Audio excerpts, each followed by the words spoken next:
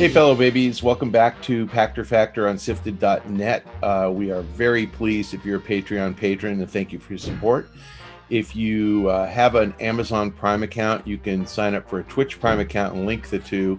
It will cost you nothing, and Amazon/Twitch will pay us something. So you can support us just by linking those two accounts. The instructions are in the show description below. And if you're watching on YouTube, you can subscribe on YouTube and get the show real time. If you aren't an Amazon Prime member and you just can't deal with funding this show, you're watching this a week late on YouTube, we thank you for your interest, and I insist that you follow me on Twitter at Michael Pachter. But other than that, that's the price of admission. So thank you for joining us. Let's get on to today's question. From SIFTD, from Zet Saber. Will publishers and developers gravitate toward Jeff Keighley's events in the future instead of supporting shows like E3, TGS, Gamescom, etc.? I feel the cost-benefit analysis for participating in big conventions may force publishers to lean in that direction. You know, it's a really good question, and I think you posed it as an either or, and I don't think it's an either or. I think it's a yes, that, and that, and that.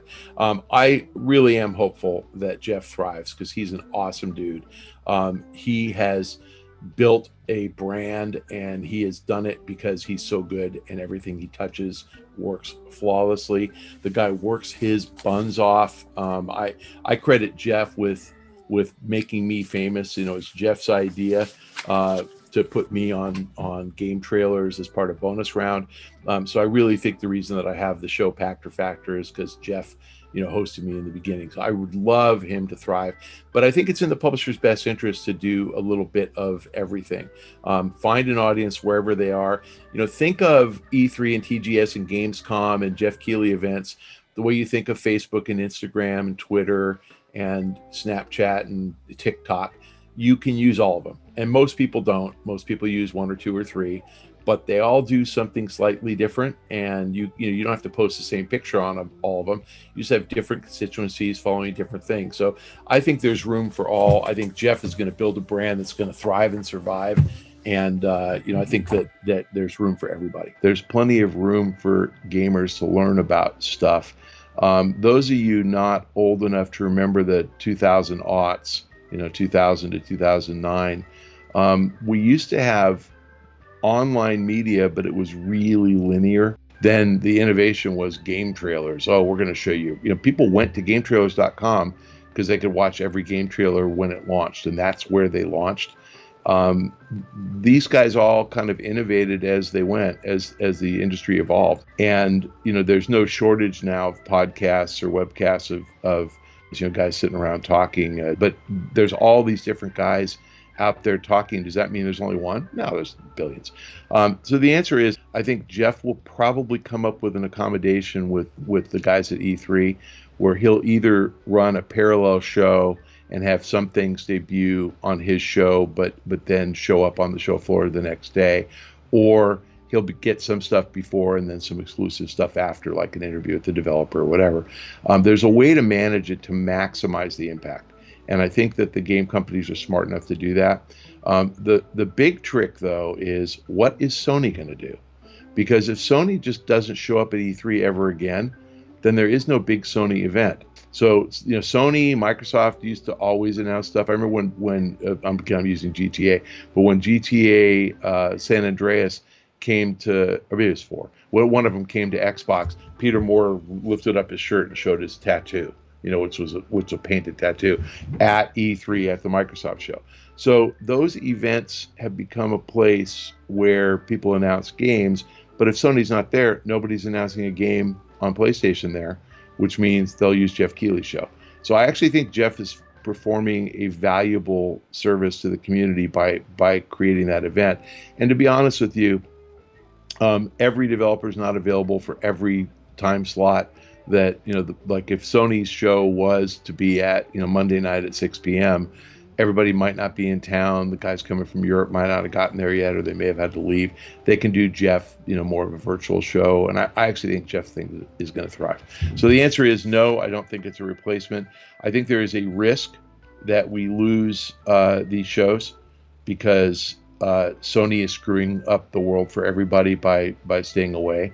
It's a dumb saving of money. They're saving $10 or $20 million a year, and they're costing themselves brand awareness. I think they're dumb. But if of the shows out there, the ones that like Tokyo Game Show, not as important as it used to be. The Japanese market's not that important. The world doesn't pay attention to it. It's dominated by Asian publishers, developers who are very good, but it's not like EA doesn't launch anything there. Gamescom is like the fan show. So Gamescom will continue, and Gamescom, it's kind of like every developer who worked on the game likes to be there and talk to the gamers and kind of get input. And it's timed right. It's August, and it just actually makes sense. So I think Gamescom will continue forever. I think E3 is more of an investor event, and I think investors want to meet with the managements. And it's a good location in LA. It's like a time for everybody to get out of whatever they've been doing for the last 6 or 7 months and get to a nice warm place. So I think E3 will continue too, and I think Jeff is smart. Jeff will tailor his events to maximize his exposure and his event exposure. So I do think his during E3 event will evolve. I think his the Game Awards show will continue and thrive. And I think you'll get more reveals there as well. I think if I were Jeff, I would probably do the Game Awards show in like January. I think you should do it after the year is over, after sales are in. He does it early December. And I'm sure he does it because that's when the convention center or the theater he held it at was available. But I actually think it was at Microsoft Theater. Yeah, I think Jeff could move this to late January, be a true first award show of the season, and have all the games out. Everybody's played them all. Everybody's heard about them. Because December 6th is a little early for that, especially with games that may launch like Cyberpunk really late in the year, so you don't really know. But he's a smarter guy than me about media, so I'm sure he'll figure it out. And in conclusion, if E3, if the ESA is smart, they're going to embrace Jeff. So I think Jeff, the animosity kind of began with the E3 guys getting too big for their britches and probably not, using Jeff in the way that he wanted to be used. And the truth is, Jeff is a professional. He works for money. He is a mercenary and will do the right thing, but he'll do it if he gets paid. And if E3 smart, Jeff has an audience and a personality and adds a ton of value. They'll embrace him. They will offer him whatever it takes to get him back into the fold. He'll embrace them. I think there's plenty of room for Jeff and the ESA to work together. And so, I think that's going to happen. Again, I don't think Jeff is a dummy. I don't think the ESA are dummies. I think that everybody will recognize that 1 + 1 is at least 1.2. Everybody's better off. And trying to go independently, you're just going to divide the audience, and it's going to be suboptimal. So ultimately, I think that Jeff comes back in the fold. Thanks for joining us on Pachter Factor on SIFTD.net. Particularly if you are a Patreon patron, thank you for your support. Thank you if you have figured out how to link your Twitch Prime account to your Amazon Prime account. We're getting paid by Amazon. That's great of them to support us. Thank you if you are a YouTube subscriber, and if you are neither a YouTube subscriber or a Patreon patron and you're too lame to figure out how to link your Twitch Prime account to your Amazon Prime account, at least let's have a follow on Twitter at Michael Pachter. Let me know that I shamed you into following me, and I will give you a shout out on Twitter. Thanks again. See you next time.